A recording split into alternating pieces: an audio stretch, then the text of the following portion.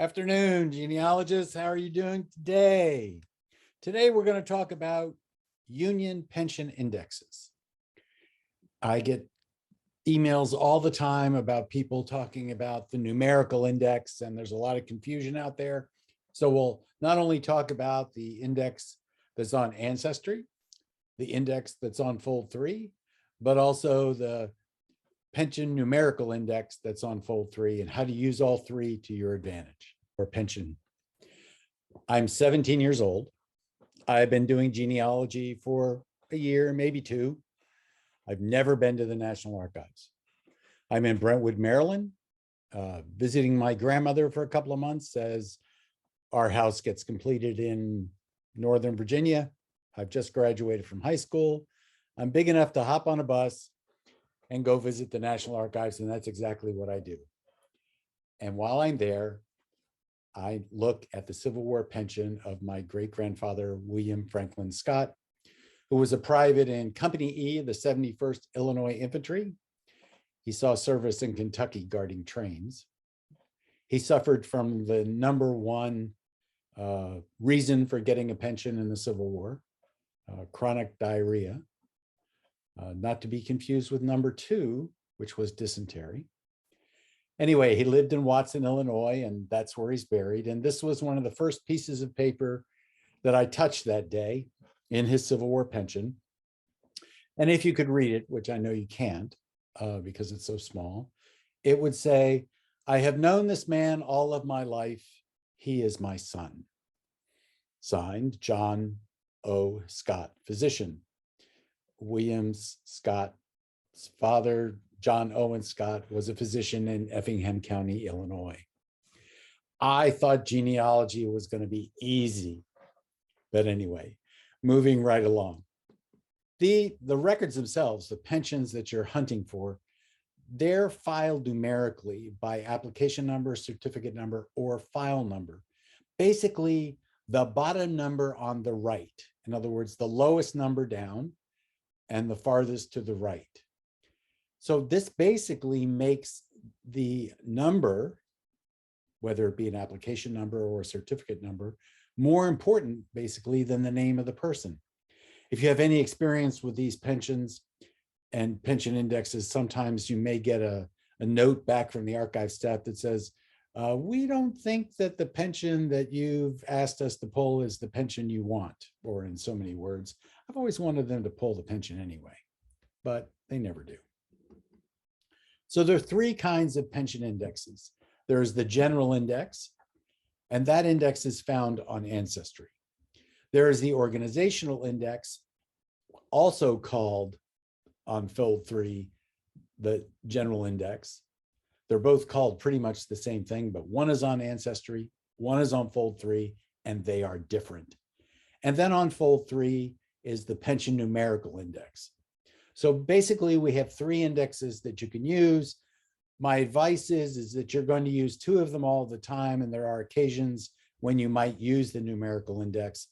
And the reason why I'm actually going to talk about it today is because it's on Fold3, so every once in a while it shows up and nobody knows what it is. So the general pension indexes were originally on T288, which is a microfilm publication, and it's known as the General Index to Pension Files 1861 to 1934. Now recognize that we had a few wars between 1861 and 1934. So you will find pension material other than Civil War pension material in this index. In other words, a regular Army person, a Navy person, a Marine Corps individual, a civilian employee, anyone who retired from government service after 1861 and prior to 1934 probably will be in here. Closer to the truth, prior to World War I. So this is what a general index card looks like. Let's blow it up. Here's William Franklin Scott's. There are 11 William Scotts, or maybe it's 11 William F. Scotts in Illinois, but only one of them has a wife named Melissa. And she happens to be Melissa Jane Blackford.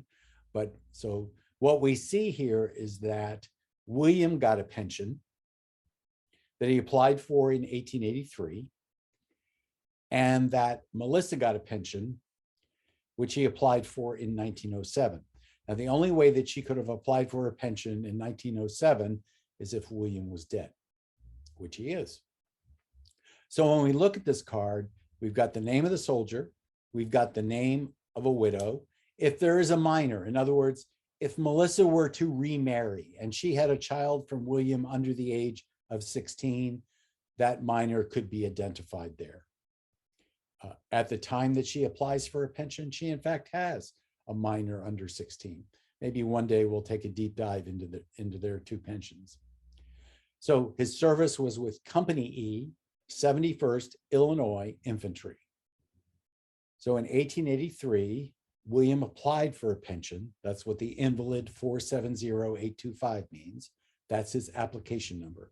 And he was successful in getting a pension because he has the certificate number of 318402, and he filed from Illinois.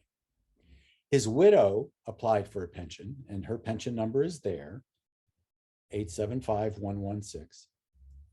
And she also got a pension, and her certificate number is 648544. So if you see only application numbers and no pension, no certificate numbers, that means the individual applied for a pension, but that pension request was denied. It was rejected. Now, what's unique about this card is the XC number 2678916 at the bottom of the card. So this is how it will be filed by this XC number. Now, you may see XC numbers, you may see C numbers. So we have this XC number 2678916, and that's how this pension is filed. You may see XC numbers or you may see C numbers at the bottom of the cards.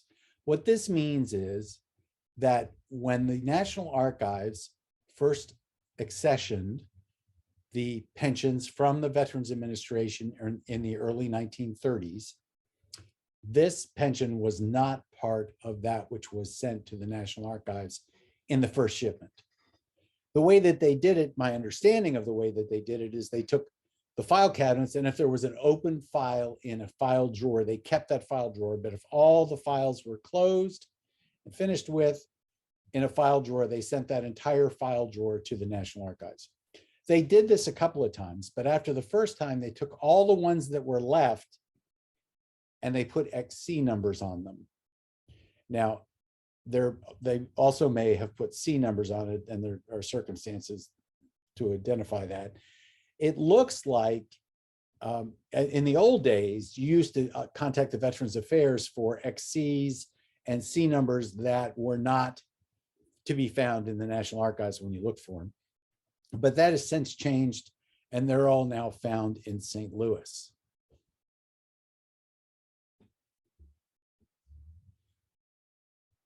So the organizational cards, these are found on Fold3. And this is an organizational index to the pension files of veterans. In my mind, this looks like the first card. And we're going to talk about this guy, Seneca Phyllis, because he has a problem with his cards. One of the nice things about using Fold3 is these cards are filed by company, by regiment, by type of regiment, by state. So you know the state the individual was in, you know that he was in the infantry, you know that you're looking for his regiment, you got the number of the regiment, and then you got the company that he was in. And all of that information can be found on the ancestry card. So this is the unit that Phyllis Seneca is in. And these are all the people in his company that applied for a pension. That doesn't necessarily mean that they all got pensions, but they all applied for pensions. So you can put together an entire company. Now, why I like this is because usually in a pension, there's some description of what's going on during the war in some affidavit or something. And if my guy doesn't have a pension, I might want to look at somebody else's pension if I have time, since they're not digital, that you have to go to the National Archives to do this, and see what they had to say about what was going on with the unit. But let's go back to Phyllis Seneca's card. And I call this person Phyllis Seneca all the time when his name actually is Seneca Phyllis. So here is the ancestry card on top. And you'll note that his wife gets a pension. There are 2 application numbers there. There's 2 certificate numbers there. They filed from Washington. He served in the Indiana Infantry, and he also served in an artillery unit. So, but you'll see a difference here. And that difference is that certificate number, that last certificate number. In the ancestry card, it says 829566. In the Fold3 card, it says 825566. So these are 2 different numbers. There can only be 1 file. And the question is, well, which is the right number? Well, let's examine that for a minute. We can go to the numerical index to determine what the right number is. This is what a numerical index card looks like. They come in various flavors as a function of how large the number is. The larger the number in the upper left-hand corner, the larger the pension number, the fewer categories of pension there are. But here's the card for everyone who has a pension numbered 5,000. So if you were to look on a pension index card, regardless of the war, and the number was 5,000, it would show up here. So these are all the people, invalid pensions and dependent pensions, that have a pension number of 5,000. So we see an Army invalid pension application file for Michael Sexton up there on top, who's with Company C, 40th New York Infantry. And notice that the certificate number is there also.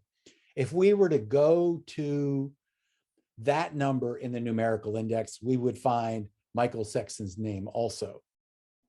Now, across from him to the right, there is Michael McCormick, who served with the Pennsylvania Infantry, and this is his widow or minor getting a pension. And notice that certificate number is also there. So these are the application numbers in this case. Because of the use of the word next to the word Army there, you'll see original, and then you'll see certificate. So there's 4 possibilities of having in an Army pension the number 5,000. Same thing for Navy, except that there are 6 opportunities there. Old Wars is there. The War of 1812 is there. The Mexican War is there. And the Indian Wars are there. So we're talking about Civil War. So in this case, Army would be Civil War. So this is what a card looks like, where there's just all the wars are identified. The cards don't look any bigger than this, meaning there are not any categories other than Army, Navy, Old War, War of 1812, Mexican War, or Indian War. So when we look for Phyllis Seneca among these numerical indexes, we find by looking for 825566, remember the number that was on the Fold3 index card, that there is Seneca Phyllis. Keep calling him Phyllis Seneca. Seneca Phyllis with Company K, 11th Indiana. And this is his widow. Remember that that number is associated with the widow's certificate. And that's what that W means over the word over the abbreviation CTF.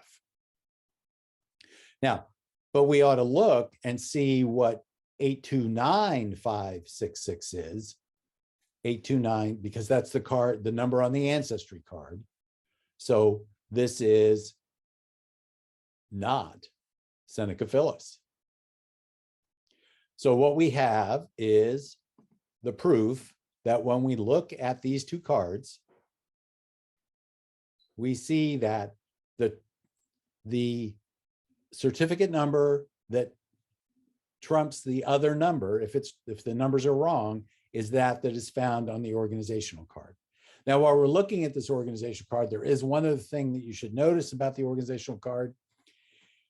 It does not include the widow, because the widow had nothing to do with the organization.